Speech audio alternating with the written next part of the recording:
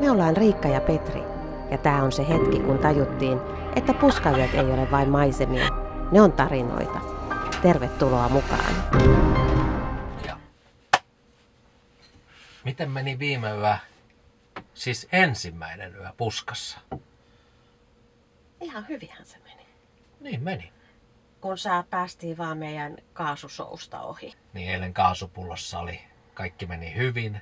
Saatiin magneetti sinne alle, eli tää, mikä se nyt vehkeen nimi on, mikä mittaa kaasua. Kaasupullossa paljon sitä on, niin sitten ei kaasua tuu autoon. Mikä tässä nyt on? Ei voi olla totta. Mikä tässä nyt pieleen? Mutta onneksi on keksitty YouTube. Ja siellä oli, että muista painaa nappia.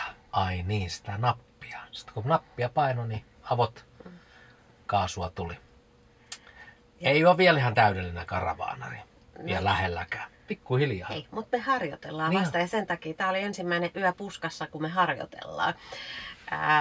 Ja sitten saatiin lämpöä autoon. Ainoa vaan, että me parkkeerattiin meidän auto pikkasen katveeseen. Ei toiminutkaan sitten netti. Ei ole kenttää. Ei ollut kenttää. Ja ei enää illalla sitten jaksettu pimeässä lähteä vaihtaa paikkaa, mutta aamulla niin olisi pari metriä eteenpäin, niin olisi taas ehkä kenttä ollut. Mutta itse asiassa siellä oli aika huono kenttä siinä kohtaa muutenkin, missä oltiin. Mutta upea tähtitaivas oli illalla ja käytiin vähän nuotiota polttelemassa. Saatiin olla siellä ihan itseksemme, siellä ei ketään ollut. Tällä kertaa meillä on otsalamppu ja taskulamppukin mukana, että nähdään, mutta tarvitsisi olla myös toinen otsalamppu, mutta se on hävinnyt, jäi varmaan Italiaan jossain vaiheessa talvella, kun oltiin. Nyt ollaan sitten täällä keskellä ei mitään.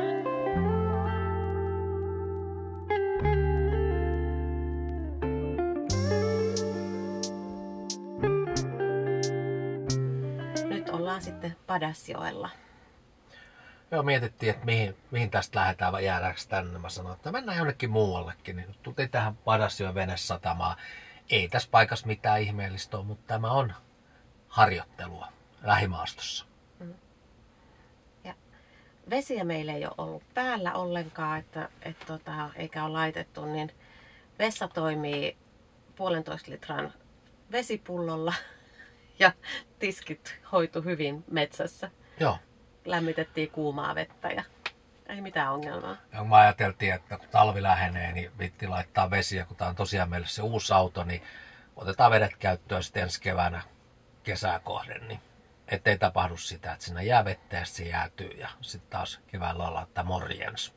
Tämä meidän puskaparkkailu on alkanut tästä ja tämä on just sitä, mitä me kuvitellaankin, että kun autoon tullaan tavaroiden kanssa kauhean hässäkkä ja sekasorto, että mihin kaikki menee. Ja sitten kun se on saatu laitettua tavarat paikoilleen, päästy matkaan ja päästy leiriytymään, niin sitten löytyy se rauha. Kyllä. Retkeilyautostakin löytyy tilaa, että 2 ihmistä voi huoletta olla. Ja hyvin se menee. Toinen tekee ruokaa, toinen istuu sillä aikaa ja päinvastoin. Joo. Ei mitään ongelmaa.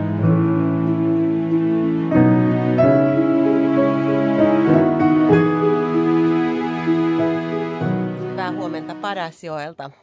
Tuli kauhean äkkilähtö äsken autosta, kun huomattiin, että täällä on aivan mahtava auringon nousu ja piti lähteä sitä kuvaamaan. Ja nyt taustalla se ei enää ihan näytä niin hyvältä, mutta tuossa kohta näette kuvan siitä, että miten hienosti tänään nousi pieni pakkanen ja pieni usva tuossa järven pinnalla. Niin täällä oli, mikäs näissä tunnelmissa oli herätty tänään?